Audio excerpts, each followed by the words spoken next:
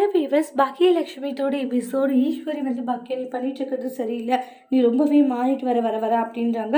உடனே அத்தை எனக்கு ஒன்று புரியல அத்தை, நான் என்ன பண்ணேன்னு சொல்லிட்டு இப்படியெல்லாம் பண்ணிக்கிட்டு இருக்கீங்க, நான் எந்த ஒரு தப்பு பண்ணல அத்தை, நீங்கள் தான் வந்து என்னுடைய சுச்சுவேஷனை கொஞ்சம் கூட புரிஞ்சுக்க மாட்டேங்கிறீங்க அப்படின்றலாம் சொல்லிட்டு ரொம்ப கோபமாக வாக்குவாதம் பண்ணிக்கிட்டு இருக்காங்க.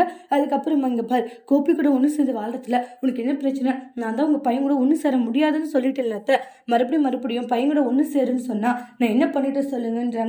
இதுவே ஃபர்ஸ்ட் அண்ட் லாஸ்ட்டு மறுபடியும் இப்படி பண்ணாதீங்க அத்தை, அப்புறம் கண்டிப்பாக எனக்கு கெட்ட கோவம் தரும்னு சொல்லிட்டு ரொம்ப கோவப்பட்டு சண்டை போடுறாங்க. என்னடி ரொம்ப ஓவராக தான் போகிறேன், நான் அப்படி தான் இருப்பேன் அப்படின்ட்டு சொல்லிட்டு பாக்கியா திட்டிட்டு போயிடுறாங்க. கோபி இருந்துட்டு பாக்கியா அம்மா பேசுறது தப்பு தான் இப்போ அப்படின்னு சொல்லி அமைச்சிக்கிறாங்க. அம்மா சொல்கிற மாதிரி எதுவும் நடக்காது பாக்கியான்றாங்க.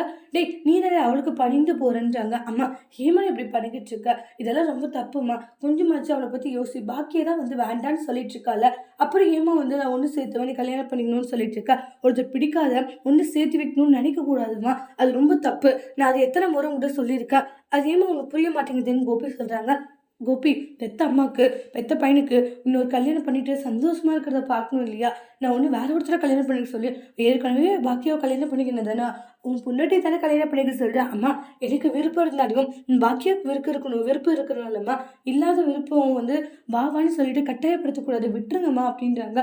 இப்பெல்லாம் நீ ரொம்ப மாறிட்ட கோபி, அவளுக்கு தான் சப்போர்ட் பண்ணிக்கிட்டு இருக்க அப்படின்ட்டு ஈஸ்வரி ரொம்ப வருத்தப்பட்டு பேசிட்டு இருக்காங்க. அதுக்கப்புறமா பாக்கியா பார்த்தீங்கன்னா அவங்களுடைய வேலையை பார்க்குறாங்க. செல்வியுமே வந்து அக்கா நீ ஃபீல் பண்ணாத, என்கிட்ட ஒரு சூப்பர் பிளான் இருக்குன்னு சில விஷயங்கள் சொல்கிறாங்க. அந்த இடத்துல பார்த்தீங்கன்னா இனியுமே சப்போர்ட் பண்ணிக்கிட்டு இருக்காங்க. அப்புறமா போயிட்டு கோபி கிட்ட இங்கே பாருங்க, உங்களுக்கு உடம்பு சரியாகிற வரைக்கும் தான் வீட்டில் டைம் கொடுத்து உடம்பு சரியாயிடுச்சுல நீங்கள் கிளம்பணுன்றாங்க. இனியாவும் ஆமாம் டாடி நீங்கள் கிளம்பிடுங்கன்ற மாதிரி சொல்லுவாங்க. என்ன இனியா பாப்பா நீ இப்படி சொல்லிட்ட, எனக்கு அப்பா நல்லா தான் இருக்கணும், அப்பாவுடைய ஹெல்த்து எல்லாம் சரியாயிடுச்சு, அதனால அப்பா தனியாக போய்க்கலாம், இங்கே வீட்டில் தேவையில்லாத பிரச்சனைகள் வேண்டானுவாங்க. உடனே பாக்கிய சொன்னது இனியா சொன்னது கோபிக்கு ரொம்ப ஹாட்டிங்காக இருக்குது. என் பையனை ஒட்டுமொத்தமாக வெளியே துரத்துற முடிவு எடுத்துட்டு இல்லை பாக்கியா, அத்தை நான் ஸ்டார்டிங் சேர்த்த போது சொல்லி தானே சேர்த்துனேன், இன்னும் எனக்கு 2 மந்த்து டைம் கொடு பாக்கியா போயிடுறேன்னு கோபி சொல்கிறாங்க. இன்னும் 2 மந்த்து அதுக்கப்புறம் இங்கே கண்டிப்பாக இருக்கக்கூடாதுன்ற மாதிரி சொல்லிடுவாங்க. அதுக்கப்புறம் இனியா பாப்பா நீ எப்படிடா அம்மாவுக்கு சப்போர்ட் பண்ணணும்னு தோணுச்சு, அவ்வளோதான், மற்றபடி வேறு ஒன்றும் இல்லைன்றாங்க. செல்வி என்ன பேசினாலுமே அது கரெக்டு அப்படின்ற மாதிரி இனியே நடந்துக்கிறாங்க. ஏன்னா ஆகாஷை லவ் பண்ணுறாங்க இல்லையா, அப்போ ஆகாஷோடைய அம்மா விட்டு கொடுக்கக்கூடாது இல்லையா, அதனால் இந்த இடத்துல ரொம்ப இனியாவும் சேஞ்ச் ஆகிட்டாங்க. ஆனால் கோபி பாக்கிய சொன்ன விஷயங்கள் இன்னும் 2 மாதம் தான் இருக்கணும், அப்புறம் எங்கே போகிறது இதெல்லாம் யோசிச்சு கவலைப்படுறாங்க. செல்லின்னு வர சொல்கிறாங்க, ஒரு இடத்துல மீட் பண்ணுறாங்க. சொல்லுங்கப்பா இது மாதிரி தான் நடந்துச்சுன்னு சொல்லி ஃபீல் பண்ணுறாங்க.